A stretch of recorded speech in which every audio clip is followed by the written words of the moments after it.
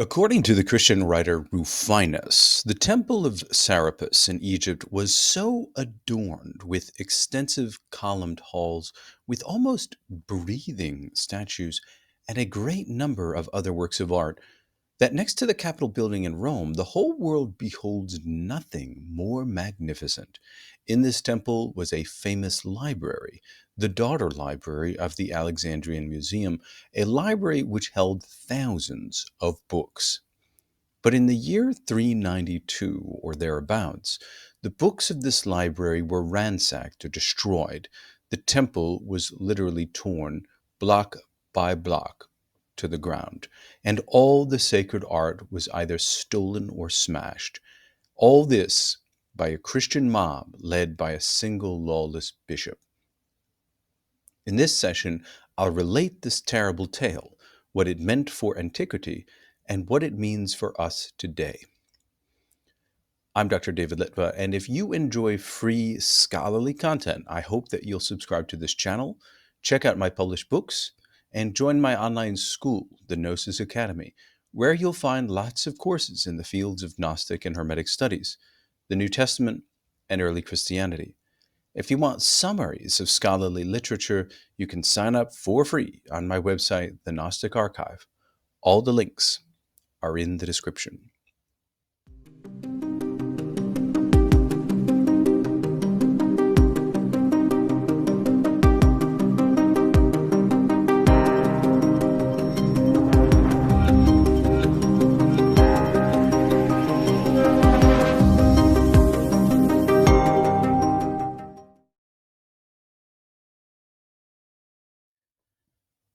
Rufinus's description of Sarapis' temple is still priceless since he was an eyewitness.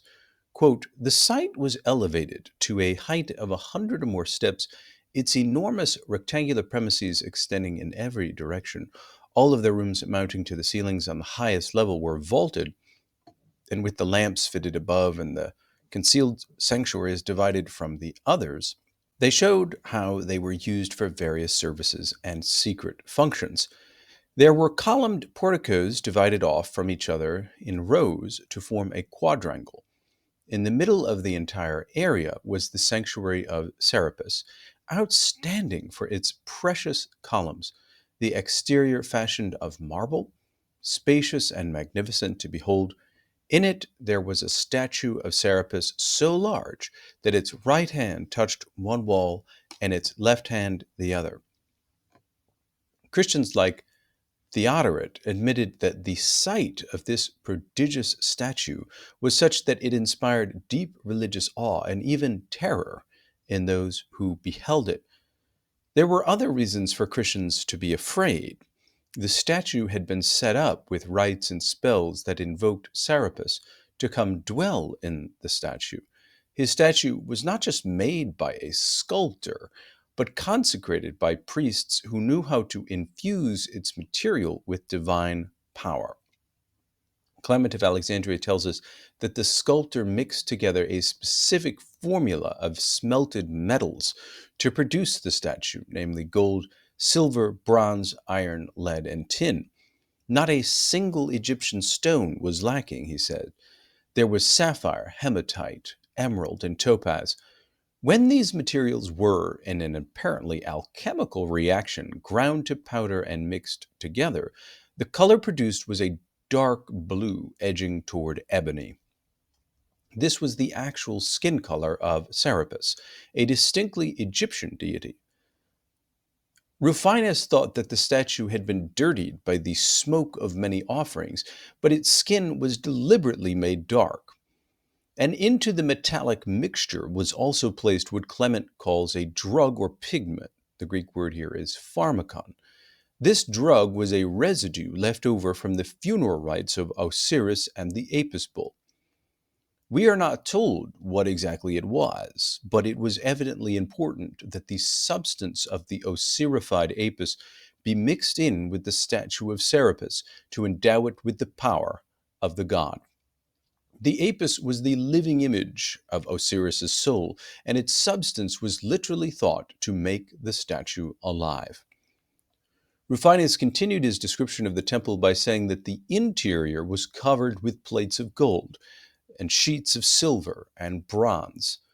There was a tiny window so oriented toward the direction of the sunrise that on the day appointed for the statue of the sun to be carried in to greet Serapis, careful observations of the seasons had ensured that as the statue was entering, a ray of sunlight coming through this window would light up the mouth and lips of Serapis, so that to the people looking on it would seem as though the sun were greeting Serapis with a kiss.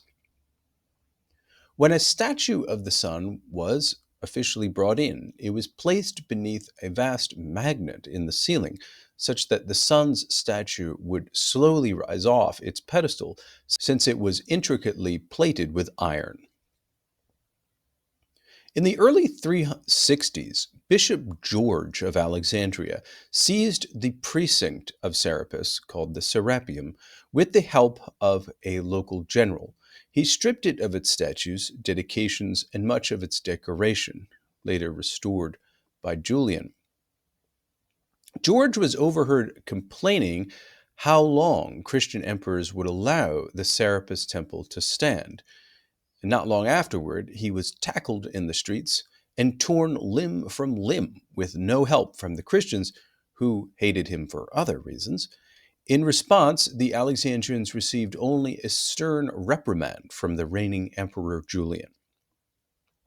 About 30 years later, Julian was long dead and replaced by Christian emperors prepared to use violence to change the state religion.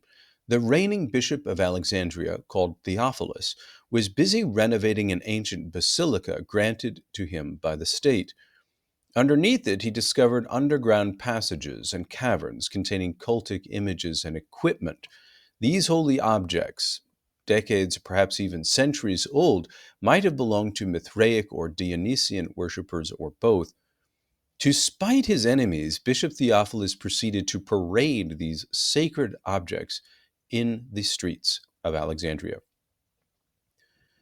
The local Hellenes considered this act to be utter sacrilege and a profaning of their mysteries.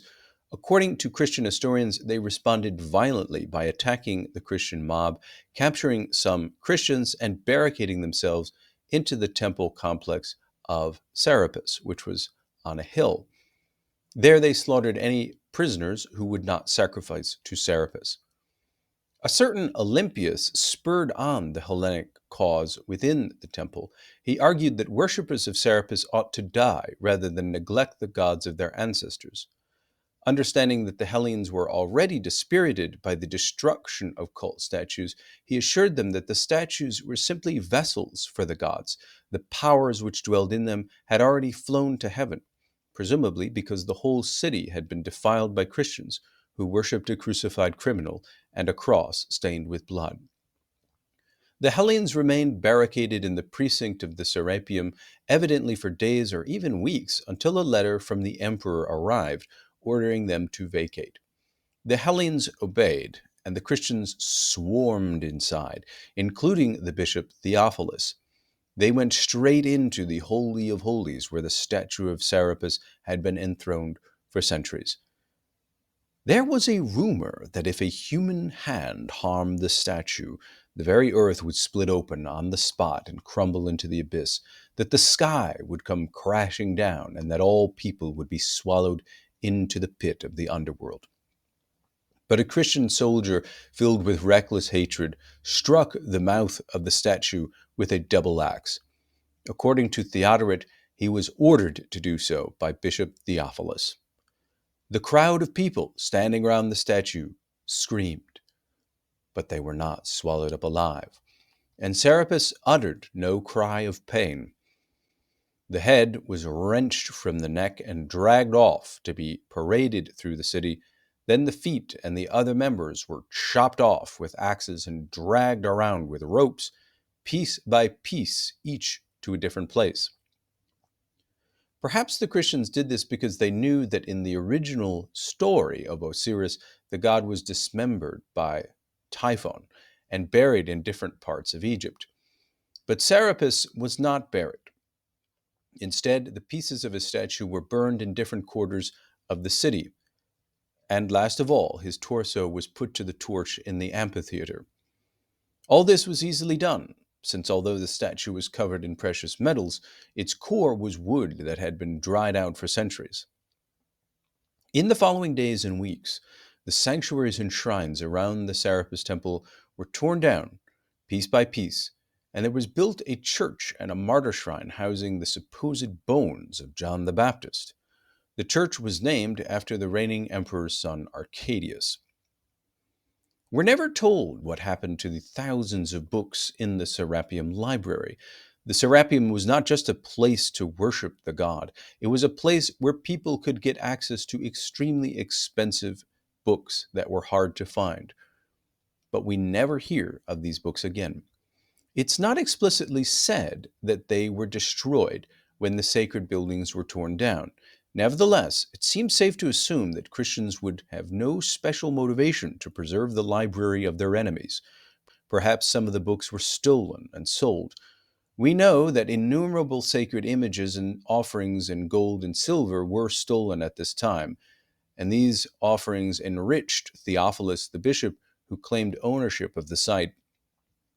When the greatest and most beautiful of the Alexandrian temples fell, Theophilus took advantage of the momentum, directing the Christian mob against smaller temples and shrines located throughout Alexandria. What followed was systematic acts of Christian vandalism.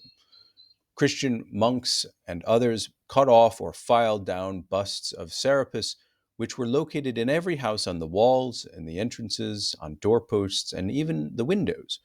In their place were painted crosses on doorposts, entrances, windows, walls, and columns. This testimony is astounding, since we know that there were about 2,500 religious sites in pre-Christian Alexandria, from niches holding statues to chapels to shrines and larger temples. In the words of the Hellenic writer Eunapius, the Christians demolished the temple of Serapis and made war against the temple offerings, whereby they won a victory without meeting a foe. In this fashion, they fought so strenuously against the statues and votive offerings that they not only conquered but stole them as well. Only the floor of the temple of Sarapis they did not take, simply because of the weight of the stones. Christians boasted that they had overcome the gods and reckoned their sacrilege and impiety a thing to glory in. Next, into the sacred places they imported monks who were men in appearance but led the lives of swine, and they openly did and allowed countless unspeakable crimes, but this they accounted piety, to show contempt for things divine. They fettered the human race to the worship of slaves, and not even honest slaves, for they collected the bones and skulls of criminals who had been put to death for numerous crimes, men whom the law courts of the city had condemned to punishment, made them out to be gods, haunted their tombs, and thought that they became better by defiling themselves at their graves.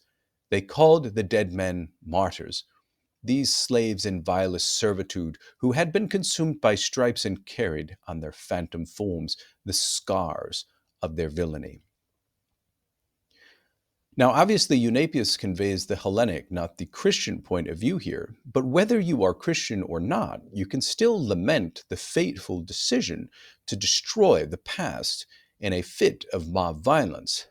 To shut down the worship of Sarapis, Christians did not need to destroy the statues and the artwork. They could repurpose them. They could have converted the temple into a church, as they did with many other temples. But out of religious zeal, they chose the path of destruction. This was not just an attack on the gods, but an attack on beauty, which is perhaps the clearest sign of the divine. By destroying beauty, Christians forever deprived future generations from beholding it.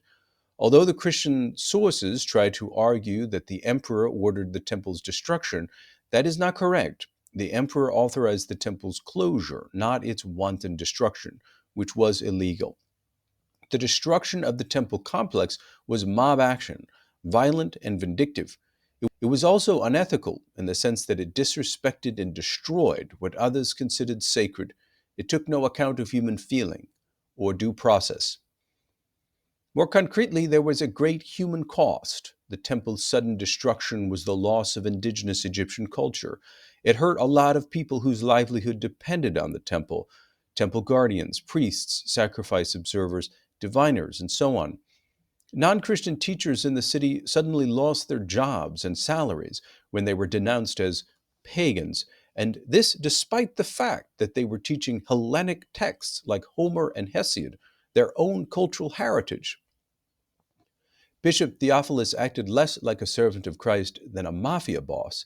He planned a deliberate provocation whose reaction then gave him an excuse to engineer a greater destruction and robbery. Needless to say, Theophilus grew extremely rich after pilfering gold and silver offerings and dedications. Some of the cash he used for bribes to defeat theological rivals, such as John Chrysostom in Constantinople. But most of the cash went into building churches in the city. Theophilus gained incredible political power because he now owned most of the prime real estate in the city, could feed the hungry, and employ a large workforce of urban poor. Interestingly, one church historian reports that Theophilus personally preserved one statue from the destruction, namely that of the ape god. This is doubtless Hermes Thoth, god of learning and patron of the Hermetic literature.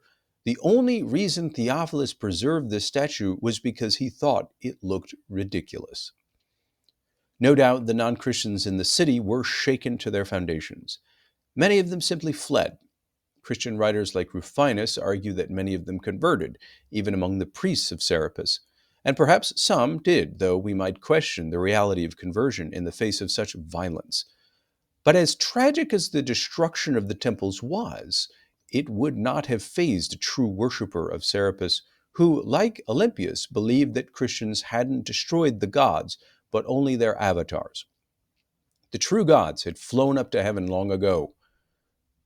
Prior to the destruction, a Platonist prophet named Antoninus in Canopus prophesied that after him the temple of Sarapis would be no more, and that the great and holy sanctuaries of Sarapis would likewise pass into darkness and formlessness and be transformed. To everyone he said that the temples would become tombs.